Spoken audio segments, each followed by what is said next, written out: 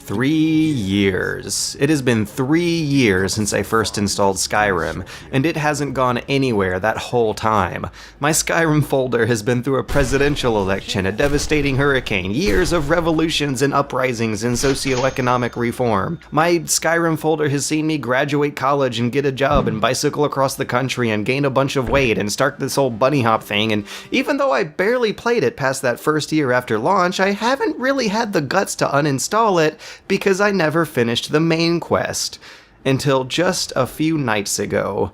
For me, there's a kind of finality to finishing the main quest in an Elder Scrolls game. It's my own personal way of saying that I feel like I'm done. That it's finally time to wrap that crazy ride up and put it all behind me and see what else is going to take me 120 hours to do. But after that grand, epic final battle of the main quest, you can return to one of the important characters, and he says this. Will you be a hero whose name is remembered in song throughout the ages? Or will your name be a curse to future generations? You know what, dude? Listen, anglers, I'm done. I'm finished. And you know what else? That's one weird-ass speech to be giving at the end of a game. You usually hear the requisite, "Are you a douchebag or a cool dude?" speech at the beginning of Western RPGs like this. I understand that the freeform nature of an Elder Scrolls game means that you can end the game whenever you damn well please, and that you can bypass the main quest and this speech if you damn well please. But it still feels like it's placed at a very wrong part of this story. Up to this point, you have had plenty of opportunities to go off the beaten path away from the main quest, and you should have been doing that. That is how this game is designed. Almost every Elder Scrolls game is built to distract you with daisy chains of little emergent moments of story and gameplay that gradually build up to hours of player-driven exploration. These games are designed to liberate you from the linearity of a rigid predefined story and play structure, but they do provide that experience in the main quests. But one recurring problem I kept noticing with Skyrim's main quest is that it assumes that you're not gonna get distracted. At the very end of its story, it assumes that you haven't already acted out 120 hours of douchebag or cool dude behavior. I'm sure we all have thought about how weird Skyrim's intro is, how it's very different from the rest of the game, and how it evokes qualities that don't represent the core of the game, while unintentionally spoiling the flow of the first few story events.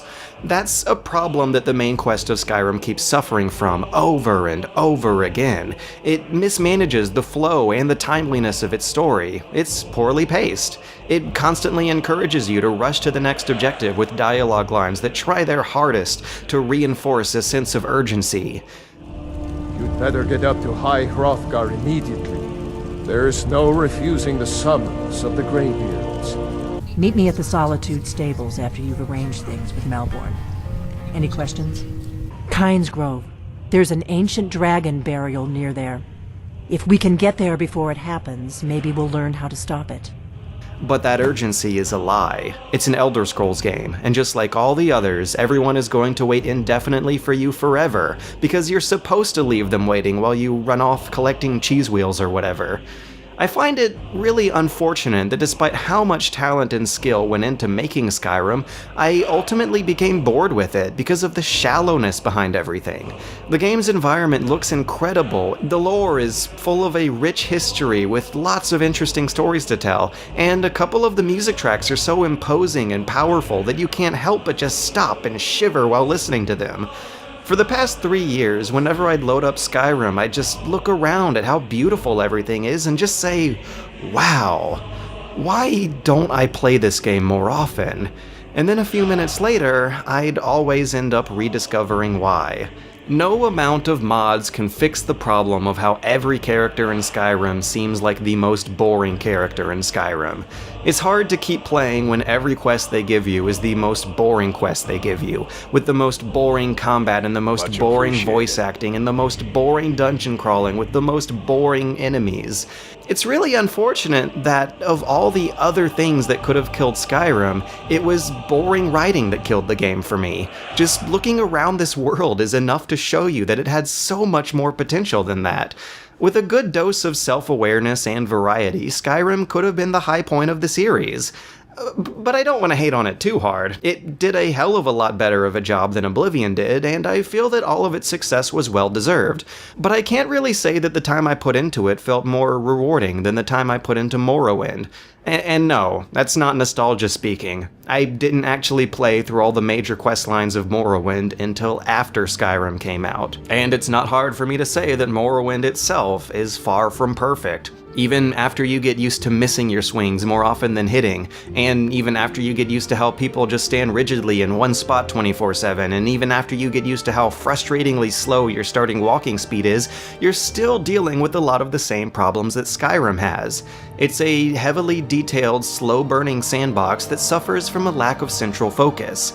But it embraces its open, explorable world and the deep lore of that world in a way that Skyrim does not. And it does that by making all of its side quest distractions cooperate with the main quest, rather than grinding them against the main quest. The main quest in Morrowind doesn't have that sense of fake urgency because it locks up higher tiers of quests by difficulty, instead of scaling it all to the player. There are moments where it actually tells you to take a break from the main quest, to join a guild, explore the countryside, and level up, to go on smaller, lesser adventures before continuing on. And going out and consuming all that optional content is probably the one way you are supposed to play these games. The non-main quest content in every Elder Scrolls game absolutely dwarfs the main quest by comparison, and Morrowind's main quest actually encourages you to go out and find it. It wants to immerse you in the politics and the economics of its world in a way that Skyrim couldn't really manage, and I think fast travel has a lot to do with it. Early on in Morrowind, you had to learn how the public transportation system worked. You had to save up money for bus fare on your way home from quests. And once you got the hang of that, the main quest did something wonderful when it asked you to venture out into a part of the map that is undeveloped and doesn't have that transportation infrastructure.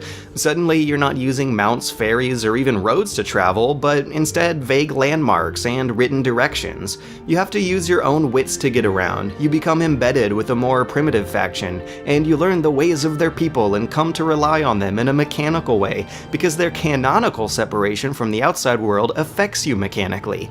It affects how you travel, how you heal yourself, how you manage resources, and what you do with the land around you. And that's part of the reason why I've always thought that the story and the lore behind Morrowind has a bit of a philosophical depth to it that the sequels don't have. Just like in Skyrim, you're fulfilling an ancient heroic prophecy, but I almost want to say that Morrowind goes for a more realistic tone than Skyrim. Which is weird, because there's like magic and stuff, but hear me out here.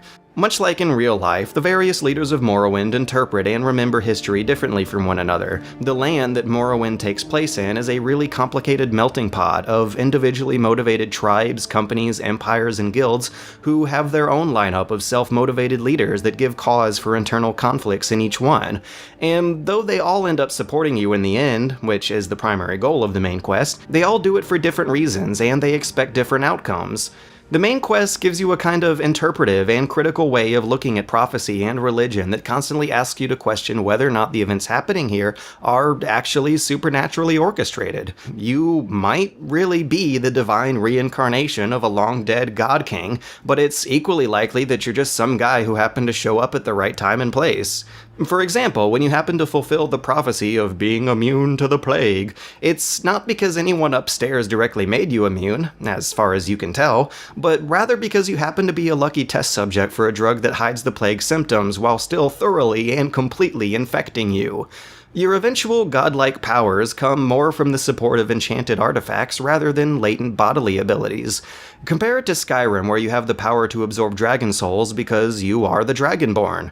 Why are you the Dragonborn? I don't know, you were born that way. I guess it's just necessary for the story to happen. The main quest of Morrowind has you memorizing lines of scripture and interpreting religious philosophies and influencing how the political processes on this island work. It has you uniting all of the conflicted organizations of its world against one greater threat, and in order to do that, you have to complete a list of interesting non-combat objectives that help you understand the world and its characters. One moment, you're bribing and grinding up on the leader of one faction, the next minute you're arranging a marriage for another. Most of the objectives of Morrowind's main quest are held by people on the overworld, and they ask you to engage with other people on the overworld to get what you need to progress. On the other hand, Skyrim is more content to just put the items you need at the end of dungeons dungeon crawls. But for Morrowind's main quest, dungeon crawling is the exception, not the norm for how it gets you to accomplish stuff. And combat has never been the primary strength of an Elder Scrolls game. It's always been about world building and immersive qualities, and Skyrim does have those, in spades. But it wasn't written or designed to really take advantage of them. You might notice just how few ideas were put into building this game when you see that the very last dungeon you crawl through has the same exact enemies as the first. And despite how well Skyrim looks, there are all sorts of technological issues that keep it from telling its story in a truly convincing and dramatic way. During a few really quite important parts in the story, characters will talk over each other or get stuck on terrain. These are Akaviri symbols. Here, let's see. You had the symbol for king.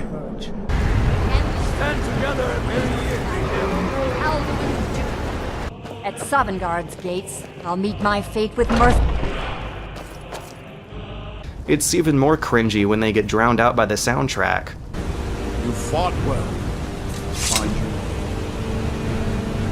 It is long since one of the living has entered. Morrowind's wiki-style dialogue system is not an ideal solution either, but at least it doesn't have that problem.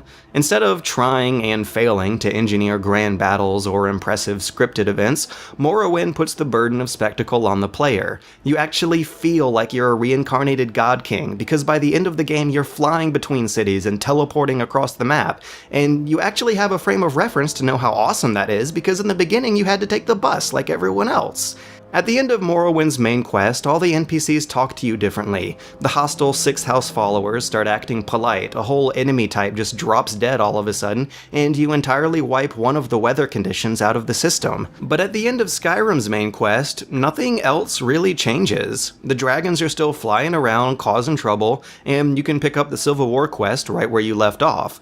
The villains and the heroes of Skyrim's main quest are written out to be underground actors, who the bigger politicians of Skyrim must remain unaware of, which means that you emerge from the main quest without gaining any real recognition for your victory. And it just feels like lazy writing. The game really plays up the significance of that final battle, but it doesn't see it through. You're traveling across dimensions to Viking heaven to confront those you killed and to band together Skyrim's most legendary heroes to end the soul of an immortal existence-eating dragon demigod. But this is how it ends up playing out. All hail the Dragonborn! Hail her with great praise! It's a situation that manages to feel like it should be important and meaningful, but it ends up not, mostly because it's executed with flaccid production values. On the other hand, Morrowind's main quest has barely any of the production values of Skyrim at all, but it manages to do more with less. It doesn't just get you to more thoroughly travel than Skyrim's, but it gets you to think about what those travels mean. It stimulates you mentally, and it makes you play like the godlike hero it's playing you up to be. It encourages you to take advantage of the open, explorable world and the interesting stories that this universe has to tell. And it does it tastefully. It gives you a good dose of really interesting, complicated pragmatism compared to the story in Skyrim, which is a good deal more simple and naive. Which doesn't have to be a bad thing, but when you make a world as large and complex as Tamriel actually is, it seems like it would be hard for it not to have large and complex problems. It also doesn't help that Skyrim's main quest seems to want to rush you past its beautiful world at a really fast pace. It ignores several of the major settlements on the map, and it gets really janky, technically, towards the end. When you compare the two, it's a long way away from capturing the imagination and the intelligence that went into Morrowind.